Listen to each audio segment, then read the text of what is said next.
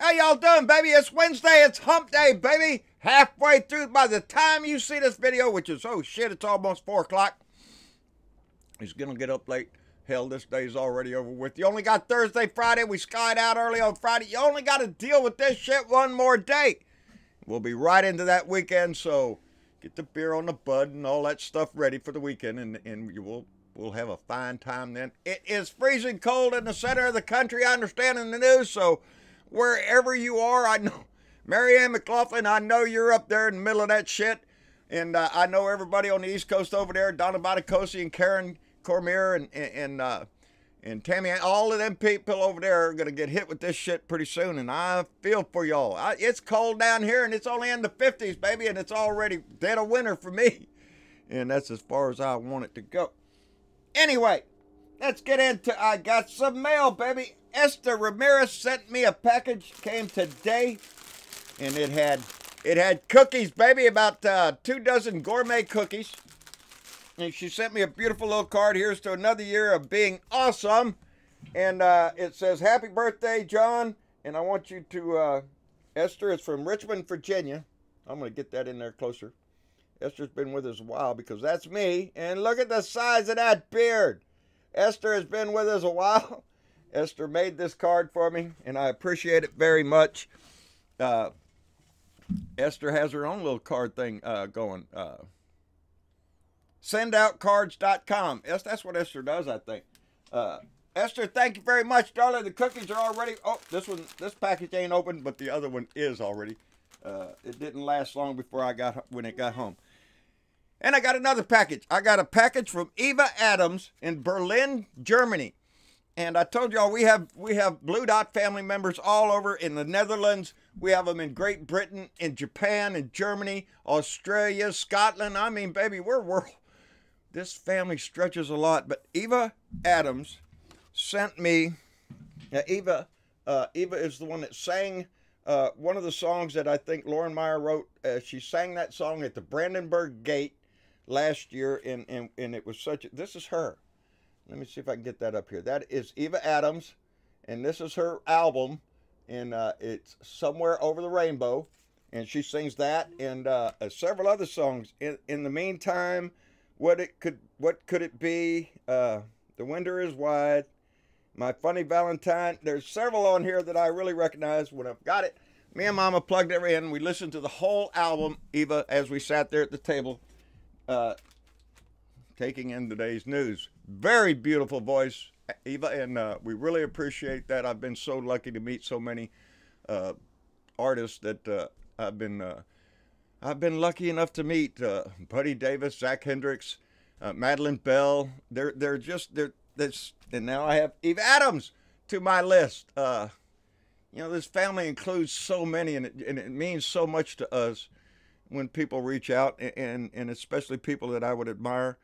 And not only those, but just the common day people, every day, like just the people like me, baby. I'm surprised I get to know these people. And it warms our heart to get to know everybody. And it hurts like hell when we lose them. You know, we've lost Michelle Foster, Dennis Gent, and Norman Pincombe, to name a few. But as we gain, we lose, and our heart breaks when we do. And but anyway, I'm so terribly happy about, I mean, just, never mind. I can't get that shit going. Anyway, what's going on, John? Well, shit. The same old crap every day.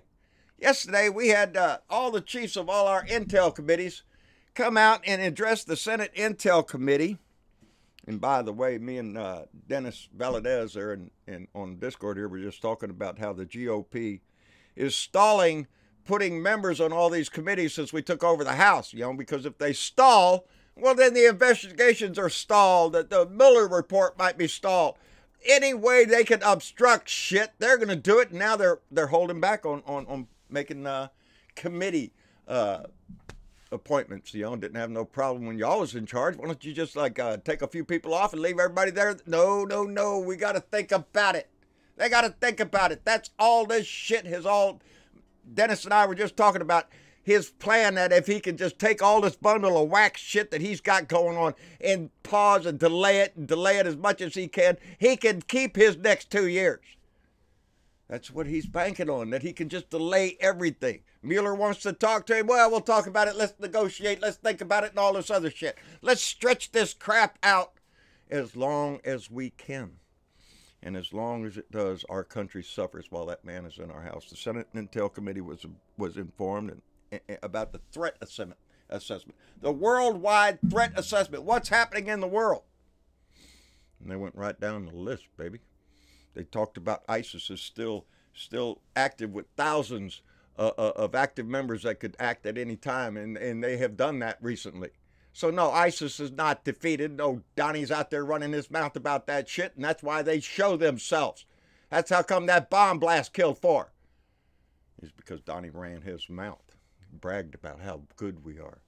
They talked about North Korea still retaining their nuclear weapons. They have no intention of getting them up, and they are continuing with their activities to produce uranium that can be used in bombs. So no, Donnie hasn't gotten squat done there.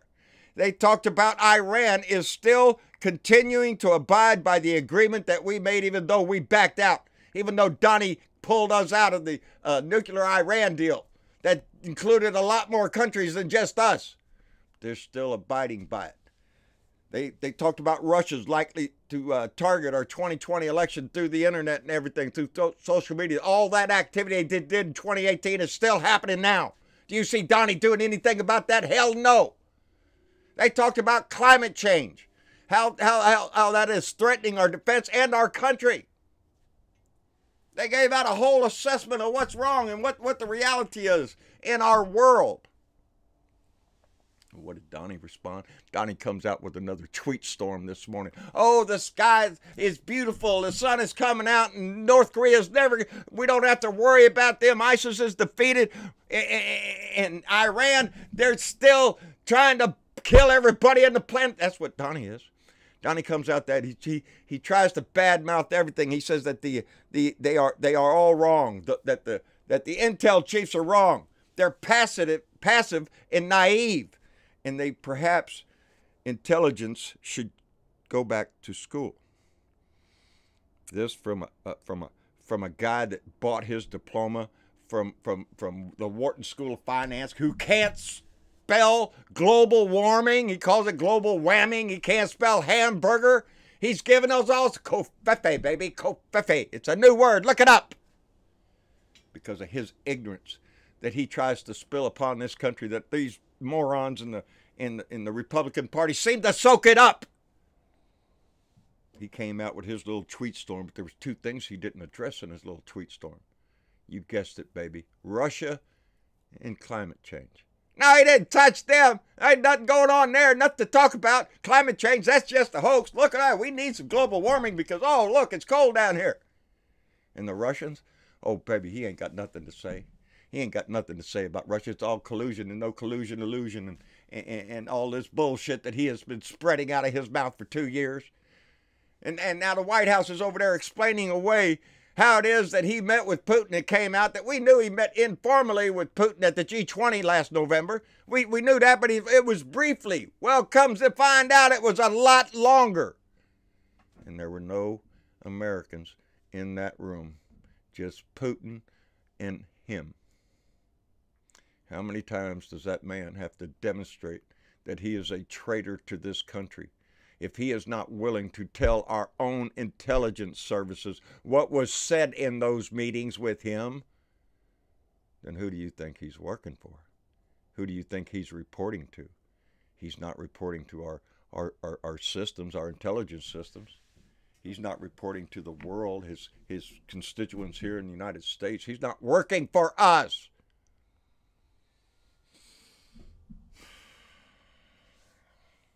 It is so important what we are fixing to go into. And talking about the 2020 elections. And I got a little pissed off this morning when I was listening to the reports.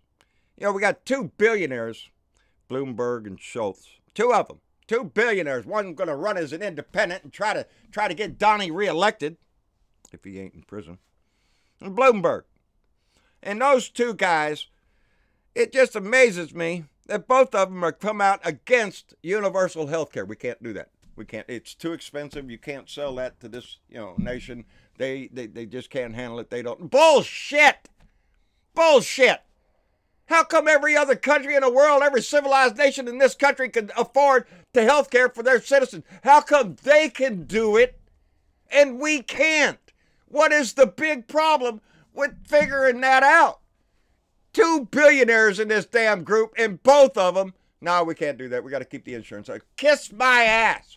I've always said the insurance companies are just a scam, baby. You pay into it. And then they'll decide if whatever you get is worth paying for. They'll put limitations on how much we'll spend on you in a lifetime. How much is your life worth anyway? Have you figured that out yet? Because when you need it, when you desperately need it, it's going to cost you out the wazoo. What this country has is health care for the rich, baby. If you can afford it, you can get great health care, baby. If you don't, if you can't, well, just tough shit. Go find you a free clinic if you can. Get on somebody's waiting list forever. That pisses me off. We do not have health care. We have profit care. You pay into these people, and they have to make a profit, baby. They're on the stock market. They have to make a profit for everybody in that company. Pay wages to everybody in that company. Make sure the stockholders get a big bonus every year to make them happy. All of that is prior to paying for your health, baby. That's all paid out before they decide whether or not your operation is essential or not, or whether they're going to pay for it or not, what doctor you can go to, what clinic you can go to. Everything is controlled by those. And baby, they're making millions and millions. Take a look at what the CEOs of those companies are making per year. The CEO by himself are making hundreds of millions of dollars. Are you shitting me? This is not health care. This is a pyramid scheme for rich people.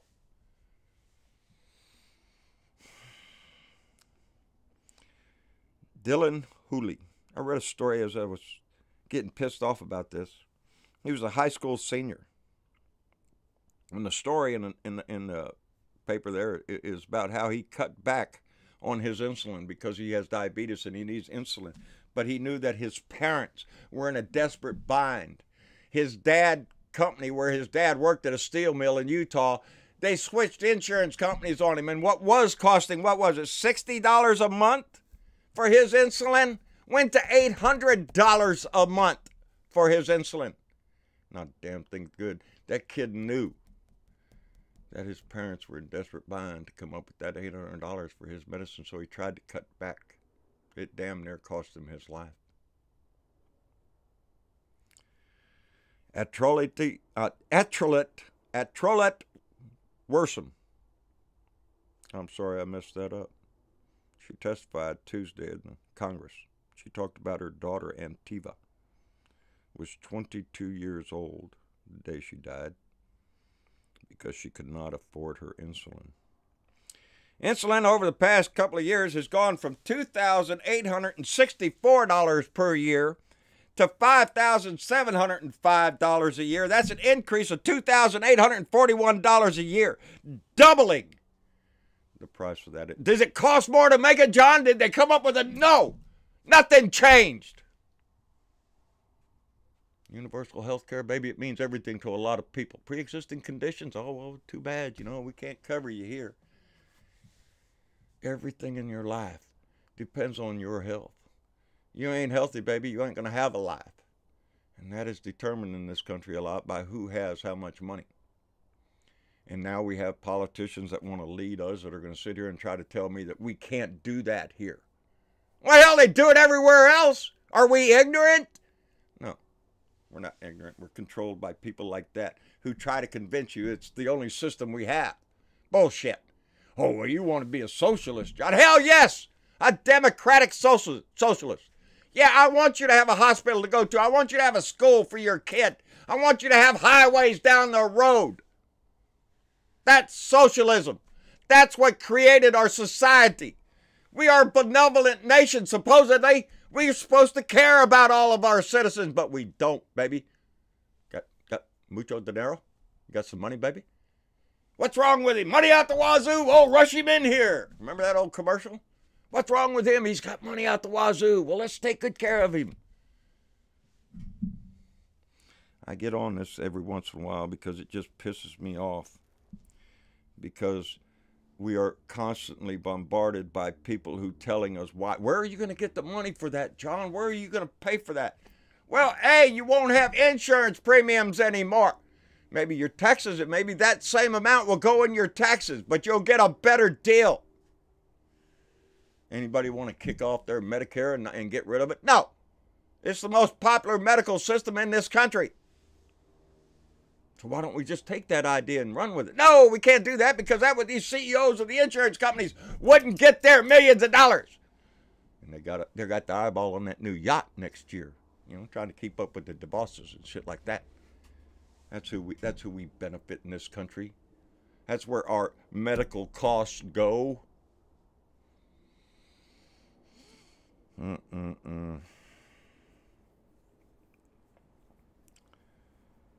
Sarah Palin. I got to get off there. Sarah Palin came out and tweeted something about Stacey Abrams that the Democrats were going to put a literal loser out after the State of the Union, after Donnie comes out and lies to the country about everything what's going on. Oh, it's great and sunshiny and all that shit. After Donnie comes out and sows that bullshit, then Stacey Abrams, which she is very well talented and very able to give the response for the Democratic Party. But Sarah Palin says, oh, well, you're a literal loser. Are you shitting me? If anybody in the world should know anything about being a literal loser, she was a governor, gave that up, got to quit, got to go do this, lost the vice presidential election, had a TV show. Yeah, it's going to be a star, got canceled. Talk about a loser. Are you shitting me? Hey, Sarah, have you figured out what magazine you've read lately? She don't read, people. It's just a thing. She ought to shut her stupid mouth. She's been nothing but a thorn up everybody's ass ever since she pranced on the scene. Thought she was Miss America up there. I'm going to win because of my good luck. Nobody wants you, woman. Get your ass back up to Alaska, back out to your cabin somewhere, and stay there and look over the horizon for Russia, because we're all sure you can see it from your house, baby. Ignorant woman ought to stay the hell out of it. Oh, Lord. Stacey Abrams has a master's in law. She has a law degree. She spent 10 years in the Georgia House of Representatives. And what did Sarah do? Oh, yeah, she quit her job as governor. I think she was mayor one time, too. Whoop-de shit. Anyway, what else have I got? Dennis was just telling me that Mitch McConnell is talking about maybe coming up with round 2, maybe another big tax cut for the rich and wealthy. Are you shitting me? Are you shitting me? Dennis was saying that they're probably doing that so they could use that as a bargaining chip right now. Look, if you don't give us our wall money, we might just come up with another tax deduction for the rich. Are you shitting me? That's how come AOC came out with her idea. Because these Republicans are nothing but thieves, and they're not thieving for you, buddy. They're thieving for their buddies. Mitch McConnell's the richest senator in the poorest damn state. Are you shitting me? They're in this rich. Paul Ryan went out the back door hiding his little tail after the tax. Are you shitting me? That's all the Republicans want is money, and they will lie, cheat, steal, and do anything they can to get it before they leave office. That's all. You talk about a reason to have term limits. Mitch McConnell should be the poster boy for why we should have term limits. That little turtle needs to crawl away and go the way of who was the Attorney General? Jeff Sessions. Go the way of Jeff Sessions. Get the hell out of here, Mitch. You just want to throw a wrench in everything. That's all. The man's game is long, though. That's what he says. Long game, baby. So we have to play the long game. And that's where your voice and your vote and everything comes in, baby. Don't give up on this shit. We got a long way to go. And the fireworks are all going to start. You know Friday's going to come up. I'm waiting on another indictment. You know it's coming. And I'm hoping it's going to be Donnie or Ivanka or Jarrett. Did you see old Christi come off about old Kushner's daddy? Yeah, told the whole story about how Kushner's daddy hired a hooker to go sleep with his brother-in-law so he could get it on tape, so he could intimidate them not to testifying in a federal court about the tax evasion he was doing. It's a bunch of thief of dens a den of thieves in our house. That's who's on our cabinet. That's who's controlling everything up there, is a den of thieves. And that's what Jared Kushner is in this for, baby, to steal as much money, make as many connections as he can over in Saudi Arabia or Russia or anywhere else he can to live a fat, happy lifestyle for the rest of his thinking life, which I think will include an orange jumpsuit. Anyway, oh, Lordy, that's about all I got, baby. It's hump day. We're halfway through this shit. I got cookies. I'm good for a few days on the snack department. Thank you, Esther. And Eva will listen to that again. That's a beautiful voice, dear. And I hope the world just appreciates the hell out of it. I know we do. Anyway, is that all I got? No, got to hit the button over there. Because we are so thankful for those people that donate to our Patreon page to keep this thing going. And those who spend us gifts like Eva and Esther and everything. Those are the people that really just warm up my heart. I hear my truck pulling in the driveway. My son had to borrow the truck to go into town because Rose's car is still in the shop. Anyway, that's about all I got. Like, share, subscribe. John Bernaville of Blue Dot in Texas. Baby, let that light shine. Let everybody know what side of the fence you're on, because this is going to be the determining thing in our life. You want to be on the right side of history, baby, and we are. So be proud of that. John Bernaville on Facebook. John Bernaville Speaks, the Blue Dot family. It's growing all the time.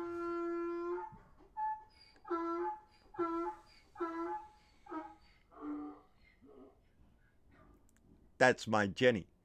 She does that when I come home. My truck just pulled up. She thought it was me in that truck.